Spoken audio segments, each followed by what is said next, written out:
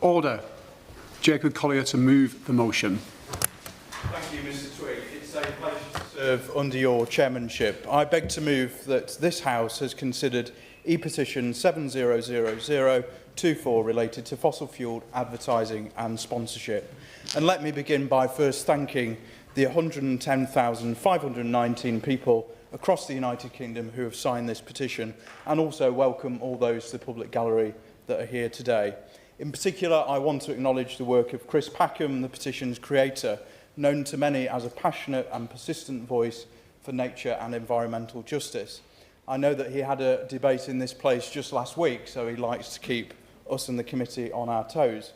Chris has used his platform and his credibility to bring this issue to national attention, and I'm grateful for the opportunity to open this important debate. I'd like to thank all of those that spoke to me in preparing these opening remarks, in particular Kate Copeland-Rhodes from the Globe Foundation in Uttoxeter in my constituency. We've had a lot of engagement from climate groups and campaigners, but not so much from fossil fuel companies, and I can't possibly think why, but I hope that I'll do the very best to represent their arguments. The question before us here today is simple to ask, but yet difficult to answer. Should fossil fuel companies be allowed to advertise and sponsor content, events and spaces in the United Kingdom? In truth, this is a question about what kind of future we want to build, what kind of public discourse we want to cultivate, and what role, if any, we believe advertising should play in shaping our societal values. Those who oppose a ban on fossil fuel advertising typically begin with a defence of freedom of expression, not just for individuals, but for businesses. In a pluralistic society, they argue, even controversial companies have a right to communicate. After all, debate is healthy and the public isn't stupid. They can make up their own. I will. I thank the honourable gentleman for giving way. We know that we need to transition away from fossil fuels, and my Climate and Nature Bill is a vital opportunity to back a joined-up science-led approach to the climate and nature crisis. But that drive, that transition, is being undermined by advertising falsely giving the impression that business as usual is sustainable. Does my honourable friend agree that the government must act now to ban these adverts, and that it also needs to give the Climate and Nature Bill the debate time that it deserves? Thank you. So I'm going to come on to some of those arguments, but I certainly recognise what she said. But I think it is important to note that these fossil fuel companies are going to be key to the transition, and many are in fact investing heavily in renewable energy, alternative fuels and low carbon technologies. And what the Advertising Standards Authority, who I met ahead of this debate, made it clear that they have no official position on a ban and that it is for Parliament to decide. And they are cautious about stepping into a territory where they might be seen to regulate brand image rather than specific advertising claims. And frankly, they do have a point, because there is a fine line between stopping misleading adverts and telling a company that it can't speak at all. The ASA also noted that when companies are genuinely diversifying, when they are investing in wind, solar and hydrogen, they should be allowed to share that progress. Otherwise, how do we know if they're making any? And then there's the issue of capacity. As Badvertising and others have noted, the ASA is already stretched. It often takes months to investigate ads, and by that time, the advert in question has already run its course, its messages have been absorbed, and its impressions have been made. So we're left with a reactive system, chasing after a rapidly moving industry. Lastly, some critics raise the slippery slope. If we ban fossil fuel ads, will cars be next? Flights, steaks, leather shoes? Where do we draw the line before we're banning Sunday roasts and petrol lawnmowers? Now, let me be clear that these aren't trivial objections. They speak to the real tensions between climate emergency, free enterprise and democratic openness. But now I want to turn to the other side of this debate. Because while all speech may be free, speech is not without consequence. And fossil fuel advertising is not just a matter of a few billboards here and there. It is increasingly a coordinated strategy to build trust-shaped culture and delay structural change. Groups like Badvertising and the New Weather Institute have made this clear in both their research and rhetoric. Fossil fuel companies, as uncovered in the internal BP advertising memos, seek to reinforce their social licence and influence consumer behaviour by associating themselves with progress, positivity and public good. The issue is not just what they say, it's where and how they say it. A 2022 report by DeSmog revealed over 240 fossil fuel campaigns ran across the Transport for London network in 6 years. Fossil fuel ads appear in Westminster Station, for example, not because consumers need urgent advice about offshore drilling, but because that's where we, the policymakers, walk. We must also talk about greenwashing because it's no longer just a fringe concern. It's now central to this conversation about advertising ethics and consumer trust. Yes, the ASA has taken action. In 2023, it banned Shell, Repsol and Petronas ads that were misleading in their environmental claims, chiefly omitting the fact that their business remains overwhelmingly dependent on fossil fuel production. But companies are evolving, and in 2025, Shell released a new advert that on the surface was still greenwashing, but this time they included qualifying language in the small print about their continuing investments in oil and gas. And the result was that they technically met the rules. So we're now in an era of compliant deception. An ad can be accurate, but it also can be misleading. A message can be truthful in parts, but dishonest in tone. It's a bit like a politician claiming that they never technically lied, but conveniently forgetting that they answered a different question altogether. And I'm not naming any names. And beyond formal adverts, we must confront the world of sponsorship, where the relationship is less about information and more about association. Fossil fuel companies don't just sponsor events, they sponsor sports, music, festivals, education initiatives, and even museum exhibits. Why? Because we don't remember the product, we remember the feeling. And if that logo associates with that feeling, the brand has woven itself into the cultural fabric of our society. The New Weather Institute's report, Dirty Money, found that oil and gas companies are now spending over $5.6 billion across 205 active global sports sponsorships. This is not just a side hustle, this is a strategy.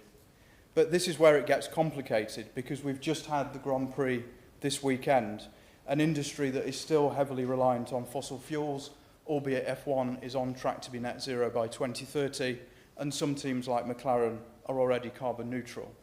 Are we to say that a fossil fuel company should not sponsor a sport that at present is a big polluter? And there is key precedent in this. In 2002, we passed the Tobacco Advertising and Promotion Act.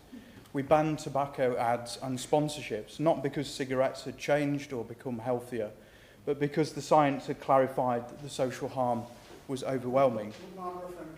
I will.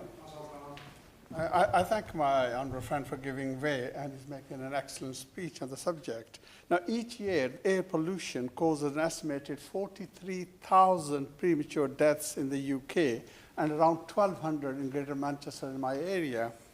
And now, burning fossil fuel is a major cause of this. So does the member agree that the government must treat this as a public health crisis and act now to ban fossil fuel advertising and sponsorship, just as you were mentioning before, as we did to protect people from tobacco?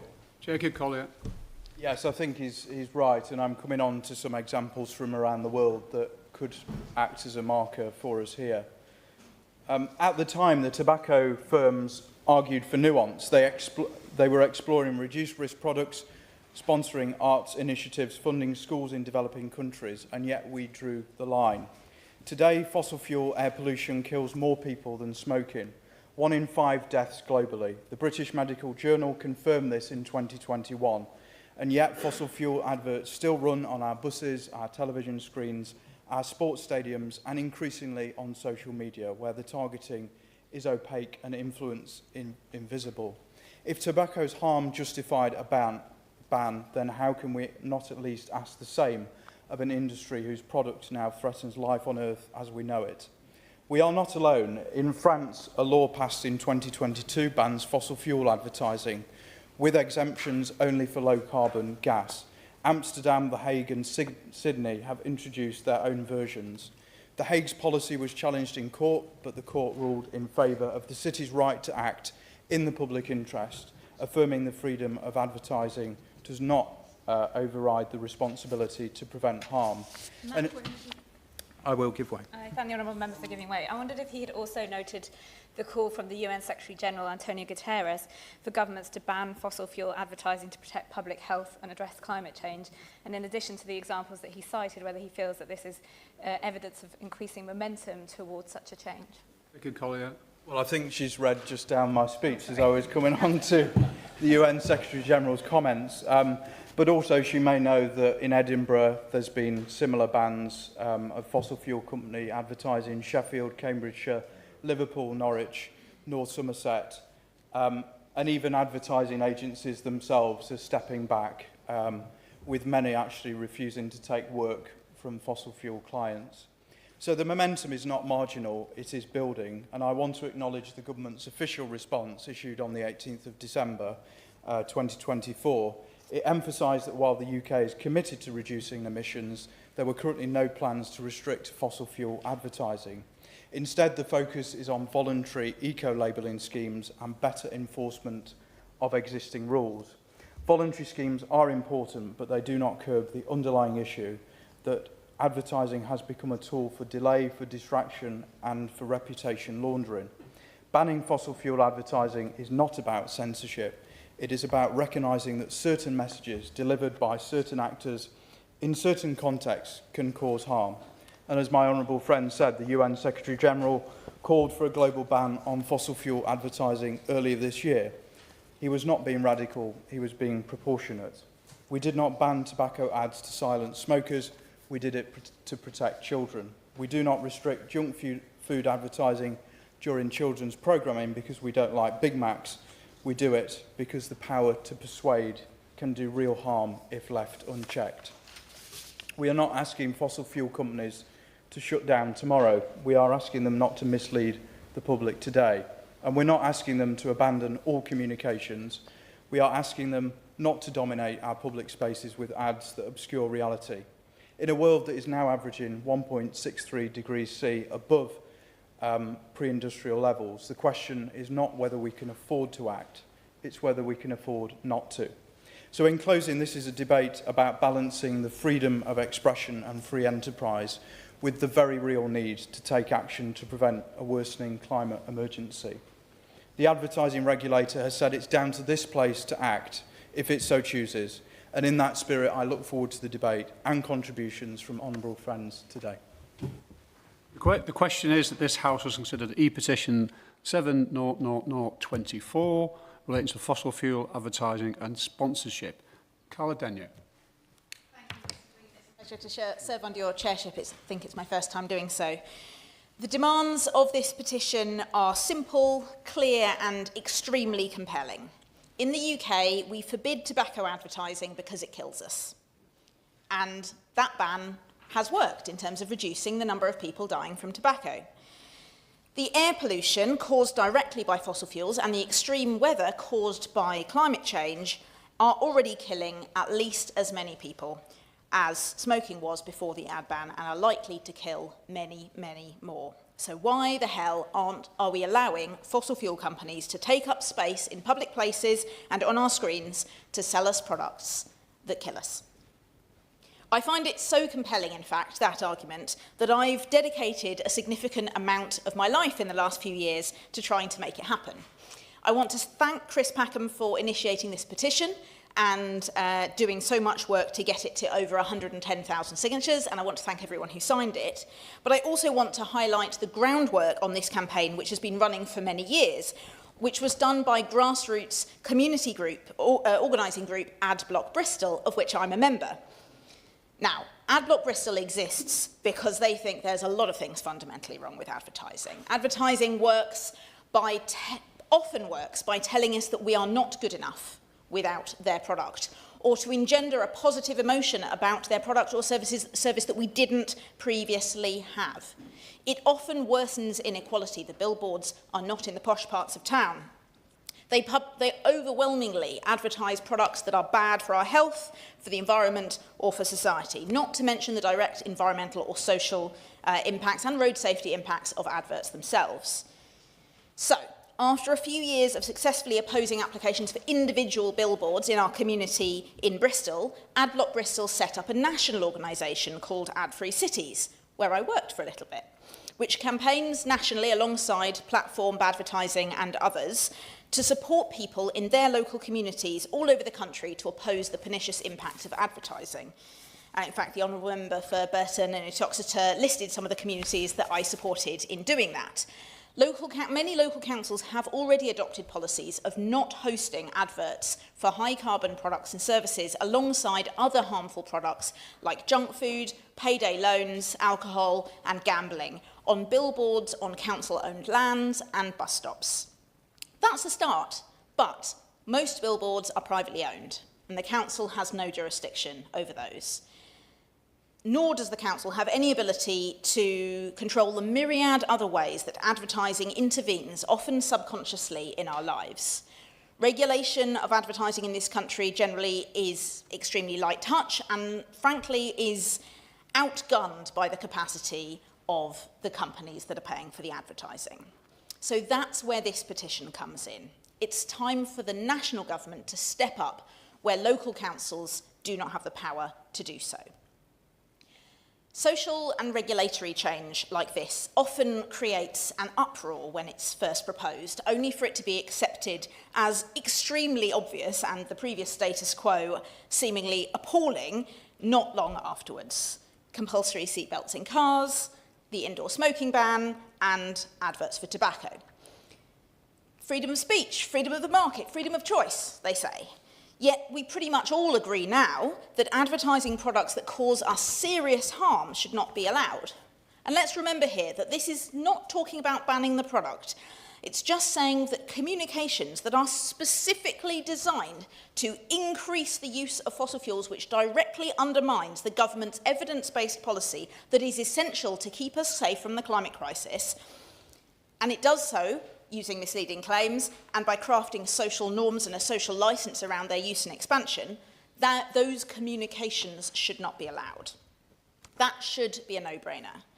And so in closing, I say to the Minister, do you want the history books, and perhaps your children, to look back in 10 years and see that you played the role, the modern-day version of those who opposed seatbelts in cars or the smoking ban? I guess not. In which case, now's the time to be brave. You'll be glad you did it. Thank you. Joss Newbury. Thank you, Mr Twigg. It's a pleasure to serve with you, the Chair, and I'd like to thank my honourable friend, sometimes mistaken for my twin, the member for Burton Uttoxeter, for opening the debate in what I thought was a very balanced and fair-minded way. The thing that struck me when I saw this petition was that the petitioners are hitting on something that is so ever-present in our lives that it's almost background noise. One of those forms of advertising that we're so used to growing up with that you'd almost notice it more if it wasn't there. Of course, there are many types of advertising which would fit that bill, but fossil fuel company ads are probably one of the most hotly contested because I think fizzy pop and cars don't quite feel as controversial.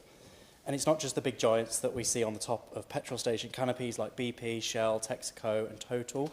I remember growing up with one of my favourite films, Toy Story, which featured the oil giant Dynaco, which loomed large in Disney's fictitious advertising space as well.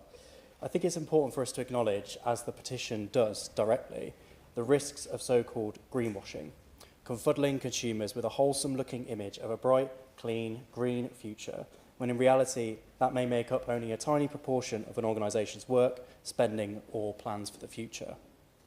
Greenwashing is one of the things that makes me most angry, as does all forms of dishonest advertising, which at their core are designed to hoodwink the public. However, I think we also need to acknowledge that the concept of greenwashing and what constitutes fossil fuel advertising is also hotly contested.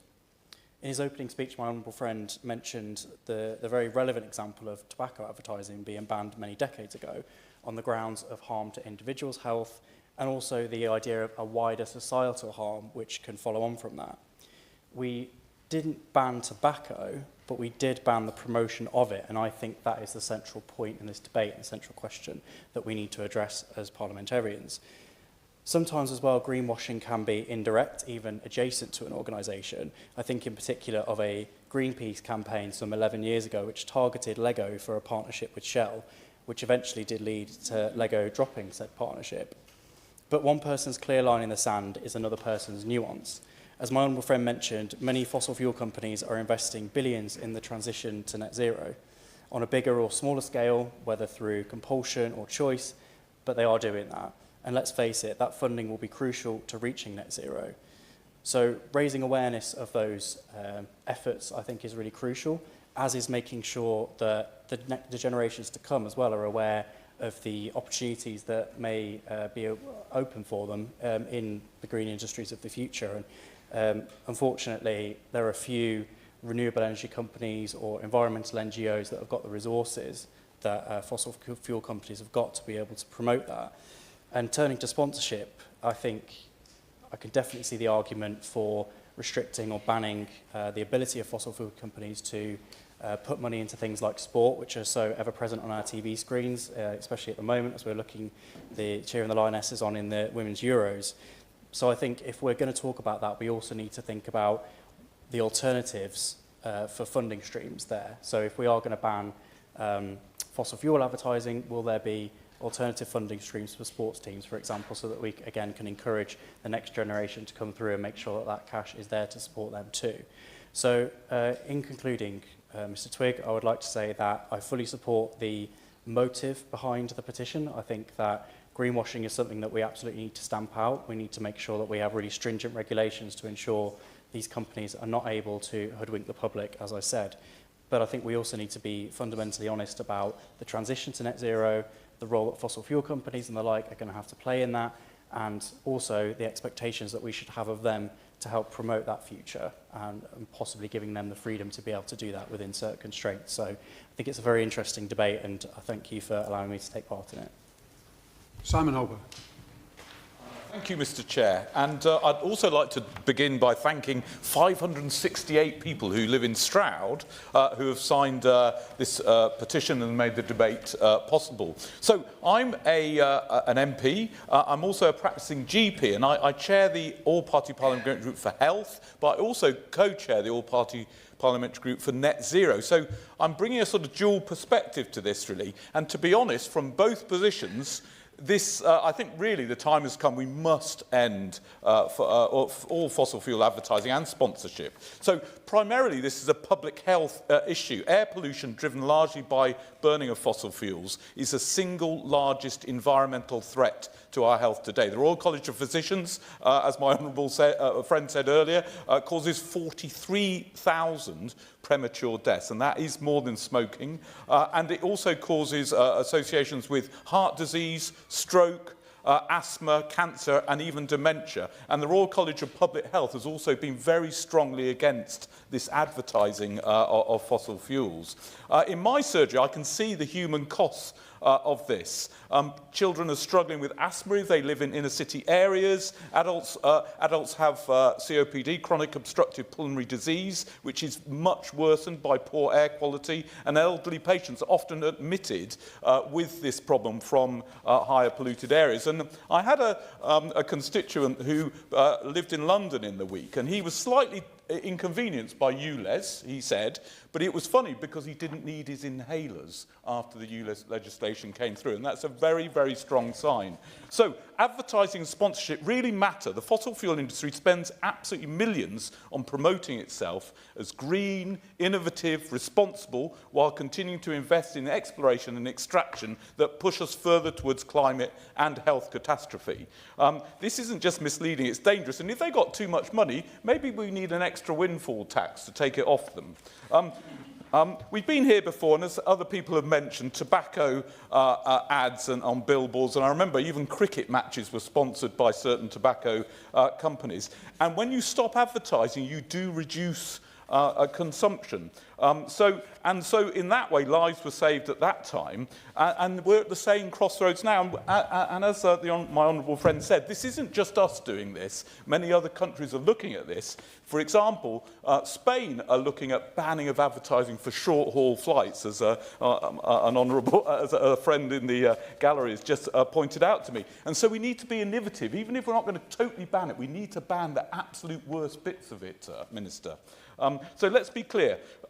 It shortens an average person's life by 1.8 years, and it disproportionately affects very poor, deprived communities that tend to live in much more polluted areas. And then 82% of outdoor advertising is located in more deprived areas, so it pushes this harmful message all the time. So as a doctor, I know that prevention is better than cure. Banning fossil fuel advertising is low cost, high-impact intervention that will save lives, reduce pressure on the NHS, and we need that, and help build a really healthy and much more sustainable future for all of us. So I owe it to my 568 constituents, but to the whole country and to future generations to show courage and clarity and being bold about ending fossil fuel advertising. Thank you.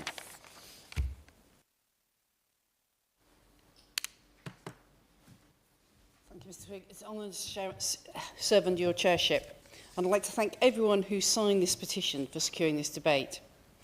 RepRisk's 2024 report identified 1,841 incidents of misleading communication globally in the past year. And 56% of those cases involved environmental issues, and nearly a third of companies flagged for misleading communications were repeat offenders, with the oil and gas industry accounting for the most incidents. In 2024, the UN Secretary-General said in a speech, many in the fossil fuel industry have shamelessly greenwashed, even as they have sought to delay climate action with lobbying, legal threats and massive ad campaigns. An environmental think tank New Weather Institute's report, Dirty Money, How Fossil Fuel Sponsors Are Polluting Sport, analysed more than 200 sponsorship deals and found that sport is increasingly one of the areas oil and gas companies are using to greenwash their reputation. Football had over 50 partnerships with fossil fuel companies, followed by motorsports, rugby and golf. And Saudi Arabia's national oil company, Aramco, was the biggest fossil fuel sponsor of sport, paying almost £1 billion across 10 active sponsorships, and they've signed a partnership with FIFA to, in a 4-year deal, which it will include major tournaments such as the World Cup 2026 and the Women's World Cup 2027. The Honourable Member for Cannock Chase raised an interesting point about how that sort of sponsorship fits in with advertising in the definition if you're promoting a ban. And just imagine the impact this advertising will have on people's perception of companies and their efforts.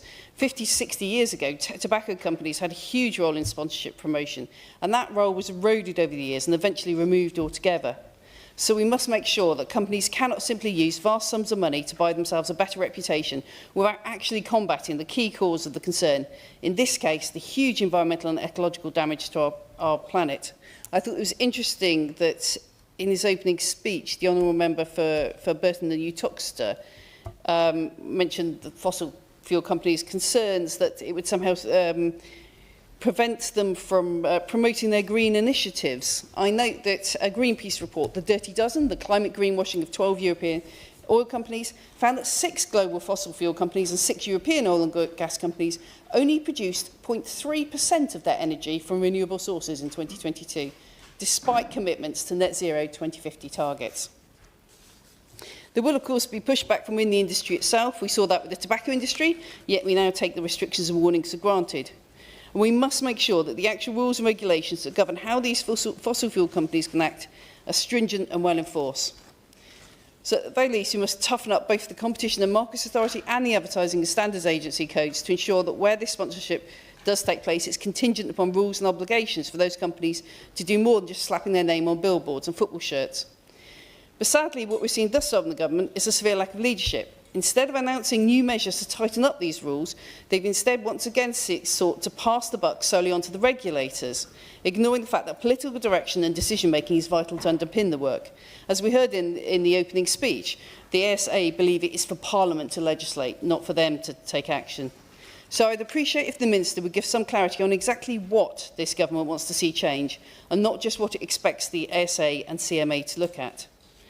Ultimately, what matters is that we actually cut emissions, which means providing British industry with the support they need to do that, setting out a clear and stable roadmap to net zero, expanding the market for climate-friendly products, and importantly, making sure that the emissions of products are communicated honestly and transparently to consumers, which goes way beyond advertising, with information easily accessible, so that the people can really understand the carbon emissions associated with the products they're buying, and so that everyone can make informed choices.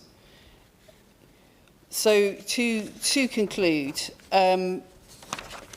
we want to see action taken in this area. We're calling on the government to make sure that we secure the investment so that the transition away from oil and gas is a green, just transition. And as I would reiterate, we want the Minister to give clarity on exactly what you want to see change. Thank you. I call the Shadow Minister. Thank you very much, Mr Twigg. It's a pleasure to serve under your chairmanship this afternoon, and not being one to break consensus often. I'm delighted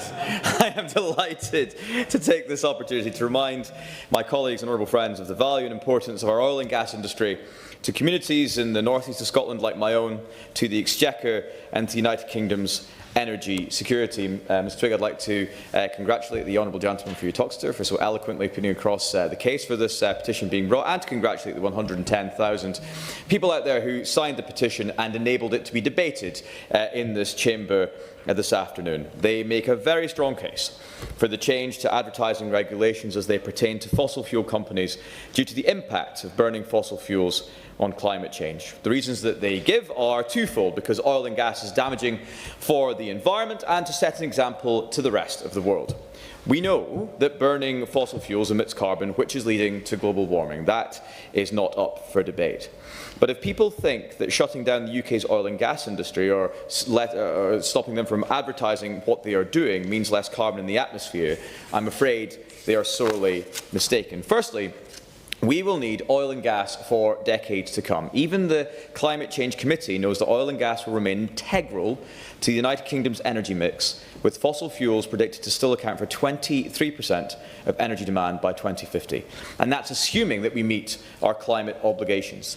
Second, more carbon is emitted if LNG is shipped in from abroad, and it is being shipped in increasing numbers, having been drilled or fracked in Venezuela or the USA or even Norway.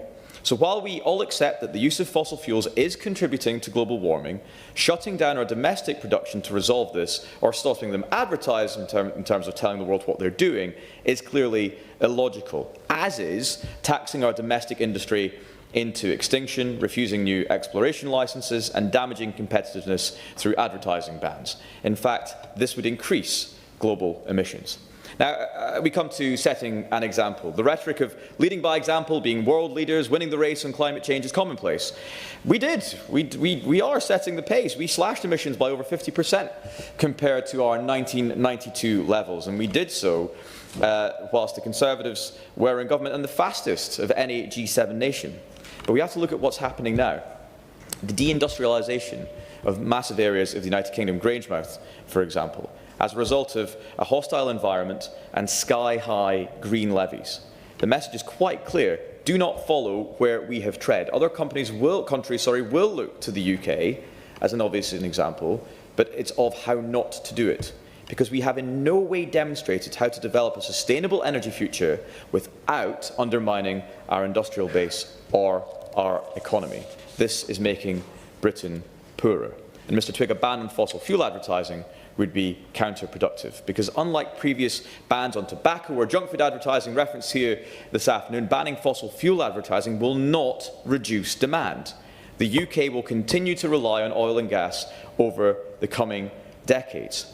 Our oil and gas industry is not antithetical to our climate commitments, it underpins them. Without gas for energy, the lights in this country will simply go off. Industry in this country will simply shut up shop. Without refined oil, we will have no medicines, no bike tyres, no phones, no plastics, no wind turbines, no oil to lubricate the wind turbines, no solar panels, no batteries for the electric car the government are urging people to buy. Yes, of course, I'm delighted. I'm most grateful to the honourable member for giving way, and I appreciate the work that's gone into the speech he is giving.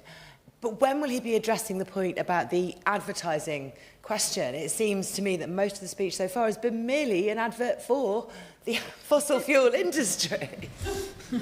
If you will have patience, I will come to. I seem to have 2.5 hours somewhat to make my remarks this afternoon, so I will get to the point on advertising, believe you me. But the point stands. Without fossil fuels, we will have none of the above. And take a look at China.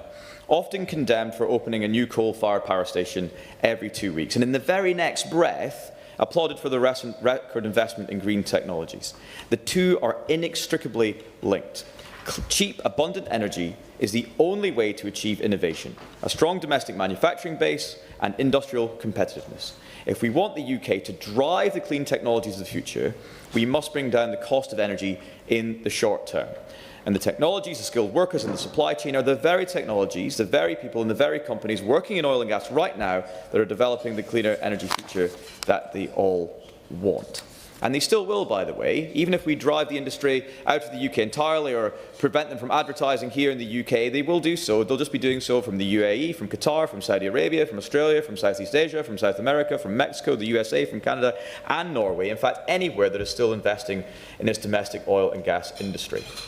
We rely on the oil and gas industry every single day. A ban on fossil fuel advertisements would not reduce our consumption of fossil fuels. Instead, it would simply be a further signal that the UK's energy industry is closed for business.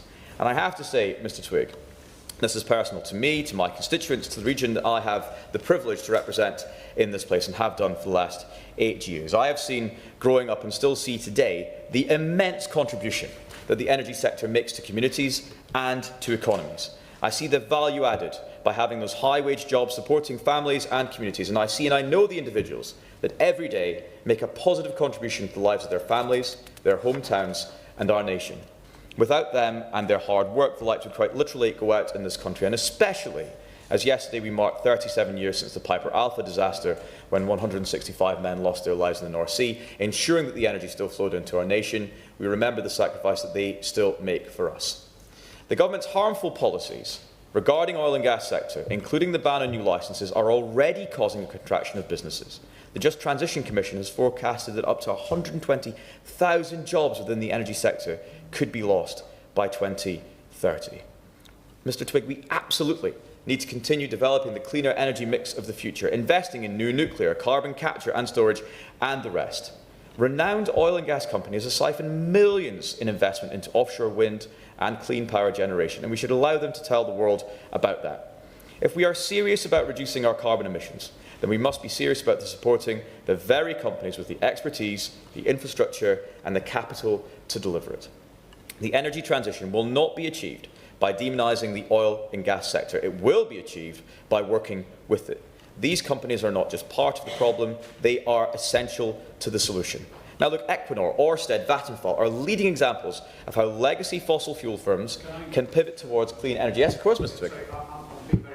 No, of course. It's a very narrow focus here in terms of advertising, and I'm sure the Shadow Minister understands that, and he'll come back to that issue. I absolutely will, Mr. Twigg. In fact, you've just preempted exactly where I was going in my speech, because they are not token gestures.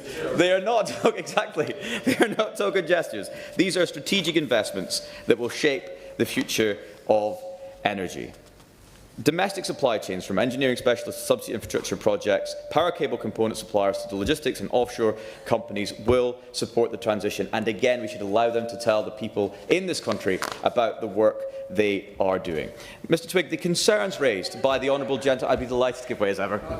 Very grateful to the honourable member for giving way. He will have heard earlier in the debate from my honourable neighbour here that some oil and gas companies advertise the work they're doing on decarbonising, despite it making up only 0.3% of their business. On that basis, I could arguably go and edit my Wikipedia page to say that I'm a professional swimmer or pub quizzer. But I don't think that would be a fair representation of what I spend most of my time doing. But it probably adds up to 0.3% of my time some months. On that basis, would the honourable member like to reconsider if he really thinks it's fair to allow oil and gas companies to advertise work that accounts for less than 0.5% of their business and use that to greenwash their image?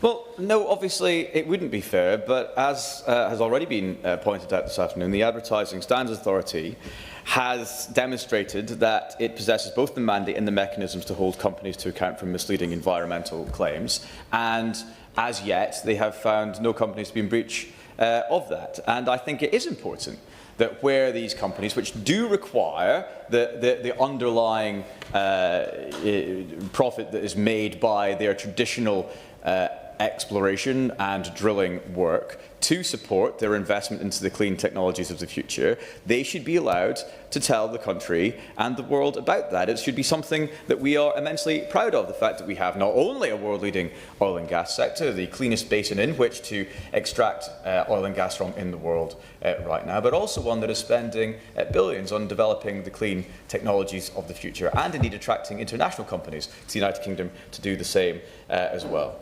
If the issue at hand is the accuracy of advertising, then we should have confidence in the existing regulatory framework, which has proven capable of intervening where necessary. A blanket ban is neither proportionate nor necessary when robust oversight is already in place. I'm afraid that the ban advocated by this position would be purely ideological. It would damage investor confidence and it would be counterproductive in reducing carbon emissions. And I'm proud to see BP, Shell, Total, Equinor and the rest investing in music, art, culture, education and sport across the UK. And just look what happens when they don't. If you look at the Edinburgh International Book Festival, Baillie Gifford, a global investment management firm that invests in some of Scotland and the UK's biggest companies, which just happen to be energy companies, oil and gas companies, forced sadly by the festival, under pressure by environmental activists, to withdraw its support for said festival. So who has had to step up to plug the gap at the last minute? The Scottish Government, the taxpayer, to the tune of £300,000 this year alone, at a time of tightening budgets and fiscal constraints and a difficult financial outlook for the country. This is utter madness when there was money already available.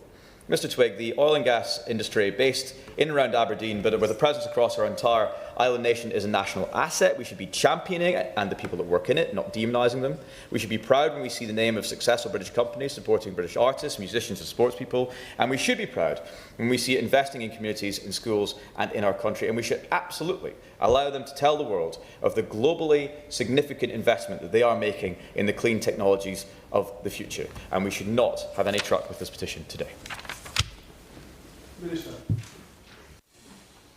Thank you very much, Mr Twigg. It's a pleasure to serve in this committee. In fact, my first petitions debate in this House. I think this is a great innovation, actually, of our parliamentary procedure. And as my honourable friend did in his opening speech, I want to thank everyone who took part in this petition, who signed the petition, but also I don't think I've been in a Westminster Hall debate with so many people in the public gallery, which is fantastic to see, in fact, so thank you for being part of this as well.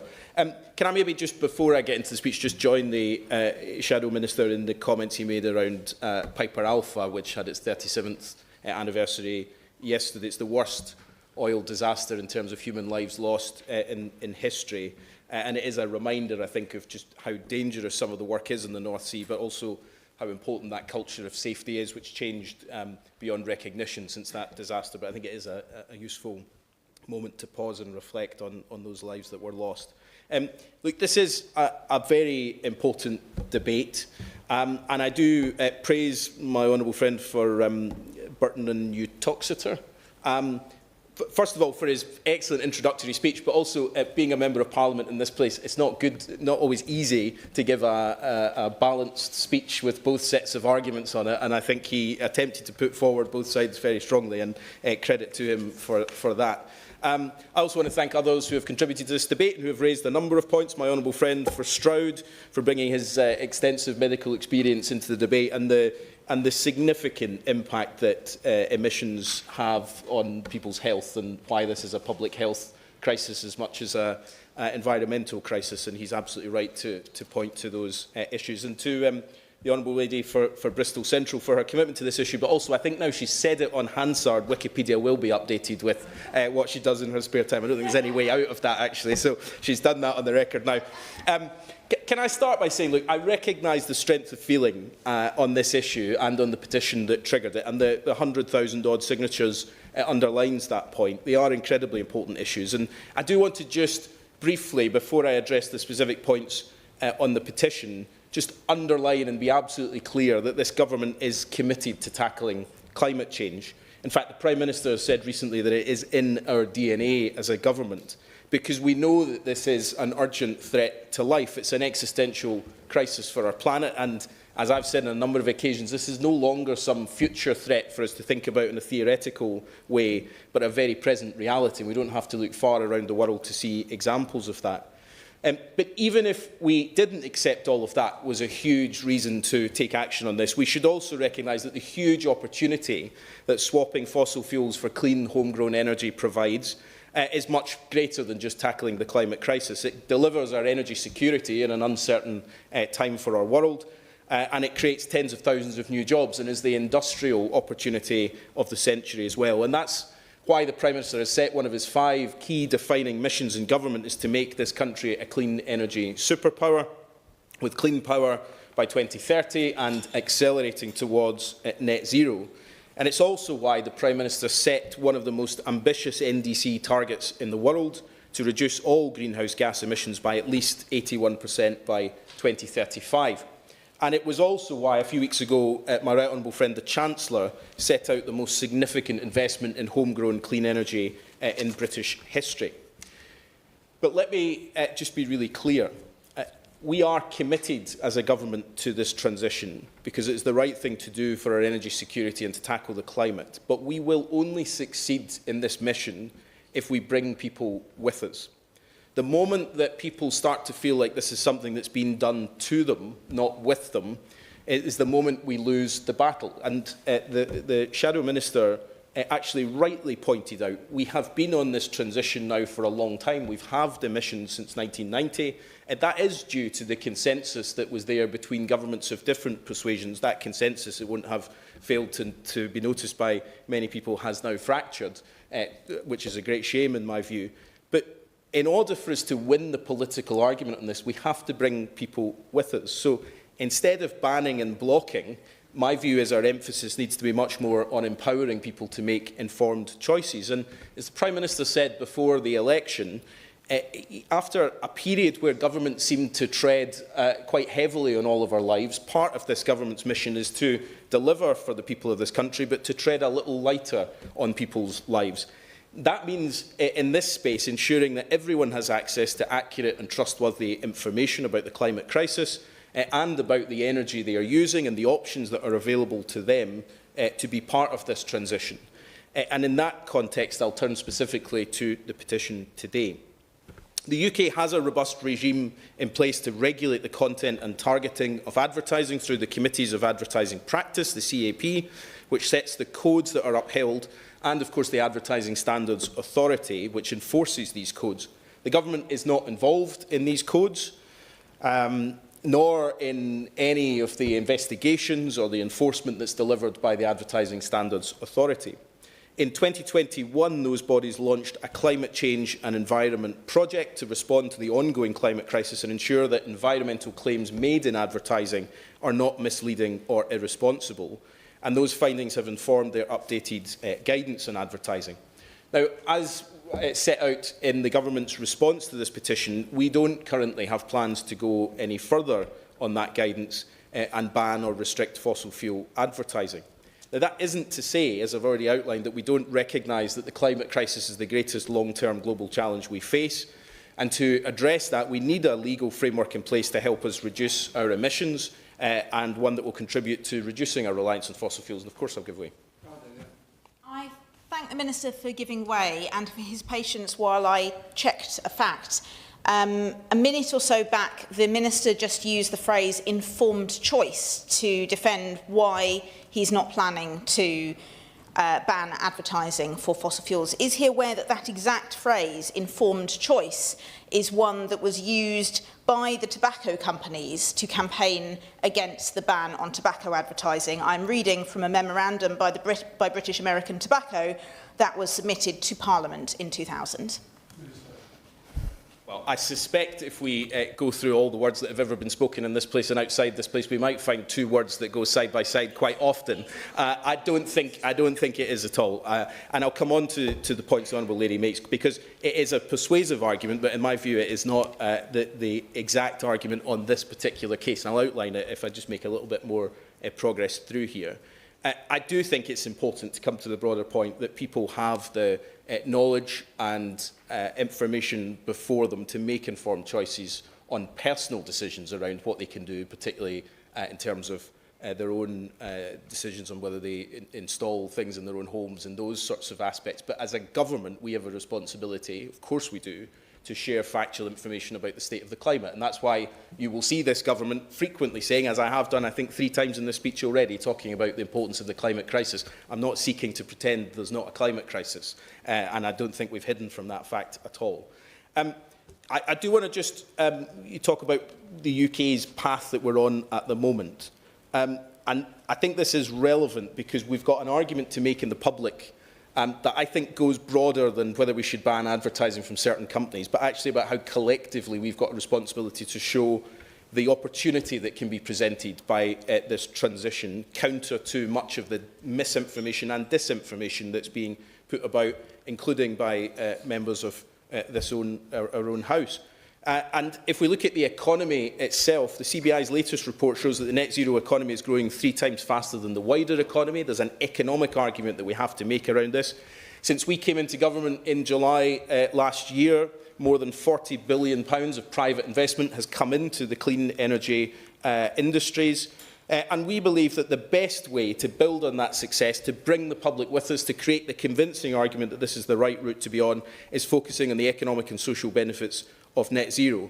And that's why we've been working with industry, exploring how we can reduce emissions from high carbon products, including voluntary eco-labels that help consumers make different purchasing decisions. We're continually listening to the private sector, local government, trade unions and civil society, and that's why we relaunched the Net Zero Council, and we'll also publish an upcoming public participation strategy.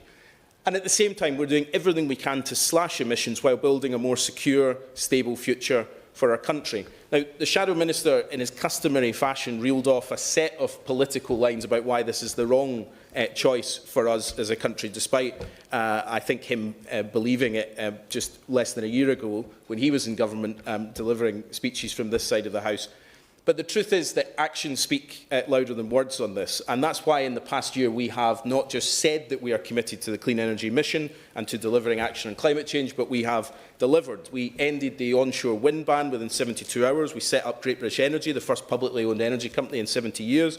We consented enough clean power for 2 million homes by approving applications that languished on ministers' desks. We kick-started the carbon capture industry, and in the last few weeks, the Chancellor has announced significant investment, more than £60 billion of investment in homegrown clean energy, including new regional hydrogen networks for transport, storage industry and power. And we also published our industrial strategy, which placed clean energy right at the heart of industrial renewal over the next 10 years. Now, the wider context of climate action is important. We want the UK to be a world leader in this space, and that's why we backed in 2008, when my right honourable friend, the Energy Secretary, was also the Energy Secretary, the Climate Change Act to make the UK the first country to introduce legally binding net zero emissions targets. And since then, we have overachieved against the first, second and third carbon budgets, and we will be setting carbon budget 7 by June 2026 in line with our statutory duties. There is, of course I'll give you.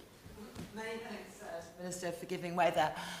Before the Minister winds down, I wanted to make sure that he was going to tackle the question of sponsorship, which is a key part of this petition, because I think just focusing on advertising ignores the lack of choice people have if their much-loved sports team or the gallery they want to visit or the theatre company they support is then sponsored by a fossil fuel company. There are genuine... I think the Minister needs to reflect on why so many people signed this petition, having been put in an invidious position by some of these sponsorship deals. Well, look, I think this goes back to what I said earlier. I do take the Honourable Lady's point, and I do take how many people engaged with this petition seriously. I also would reflect on the number of organisations and activities across the country that rely on some of the sponsorship. And I don't think we should just discount that so easily, because we do have incredibly important organisations that may well collapse without some of the sponsorship. So I think there is a balance to be struck here, where I do think it is incumbent on government to set the tone for what we expect in terms of climate action. I do think it is right and proper that we hold private companies accountable where they share misleading information. But where they are supporting organisations that rely on that funding, I'm afraid I do struggle to say that we should simply withdraw that funding and with it the organisations that rely on it. As someone who has run charitable organisations in the past, I can tell her there is not an abundance of cash out there in alternatives. So I think this is about a balance. But I take her point on board, as we do, and we keep these things under review, as does other departments that have a closer relationship with the Advertising Standards Agency and with other questions on these matters. As I say, I think this is about us treading a little lighter in people's lives, making the case for the climate crisis and why we should take action, working collectively to do that, but not being in the business of banning things. I do want to touch just very briefly, Mr Twigg, on a point the Shadow Minister made, which I think is not often present in these debates around the just transition for the oil and gas industry. I think it is important to recognise this is an industry that has long been in transition, but that there are many thousands of workers who rely on it for their livelihood and whole communities that rely on that employment and investment. And while it is right that we are looking to the future of the North Sea, a future that will include oil and gas for many decades to come, but will inevitably move towards other technologies, carbon capture, hydrogen, offshore wind and others, we do need to make sure that we are delivering this transition on the principle of fairness. Fairness for households by ensuring that we protect bill payers from the volatility of fossil fuels, but in the North Sea also fairness for workers and communities to ensure that we've got a long-term prosperous plan for their future. And the North Sea will play a critical role in Britain's energy future. For nearly 60 years, people have worked in incredibly difficult circumstances in the North Sea, with workers, businesses and communities helping to power our country with oil and gas. And they will do so for decades to come. And although oil and gas production in our own shores will play an important role, as we drive towards clean energy, the North Sea gives us an opportunity to show new leadership. And that's why we outlined in our consultation earlier this year the role we want to see the North Sea play long into the future. In winding up, Mr Twigg, I do want to just reiterate the point I made at the beginning, that this is an incredibly important subject and an important moment, because I do think this was the moment for us to say that the action needed on climate change is not just questions about banning advertising, but actually serious investment in how we push towards our clean energy transition. The government actually playing an active role in driving that forward and reducing emissions right across the country and in creating good economic opportunities as part of it. Demonstrating global leadership on climate actions, driving cuts in emissions across the country, and, as I say, delivering economic opportunities to every part of the country, bringing people with us on this journey, so that when those who stand up and say the climate crisis isn't a priority for us, or we shouldn't be moving to net zero because it might be too difficult, we can say that we are delivering the economic opportunities and the industrial opportunities of the 21st century. That is the way we bring people with us and deliver on a transition for everybody, and it's also how we deliver the action needed to tackle the climate crisis. And that's my view why, although this petition is an important conversation, we think there are measures already in place to tackle many of these issues. They may well need to go further, and that's for the bodies responsible to do themselves. But we think that the action needed from government is to drive forward on this transition, to deliver jobs, energy security and climate leadership, and that's what we'll continue to do. Thank you, Mr Twigg. When I spoke to Chris ahead of this debate, he'd obviously had the one about banning grouse shooting last week, and I think he was quite disappointed that the debate went a particular way. So I think this one was probably a bit more in his favour, and hopefully watching on he'll be happy with how it's gone. Can I also thank all of the organisations who've spent their time and expertise helping me prepare the opening remarks, from the Advertising Standards Authority to the Globe Foundation, Advertising Ad-Free Cities, and of course Chris Packham. He did say that this would just be the start, so I imagine that he's going to continue to pressure this place. And again, just thank you to all of the people that have participated in the debate. The honourable member for taking time out of her swimming schedule to be here. And of course, everybody that, everyone that signed the petition, because I know that this is going to be the start of the debate and the continuation of the debate. So thank you very much. The questions for this House to the E-petition 70020. Fossil fuel advertising as policy. Many of that opinion say aye. Aye. Or the contrary, no. I think the ayes have it, the ayes have it. Order, order. Sitting stands adjourned.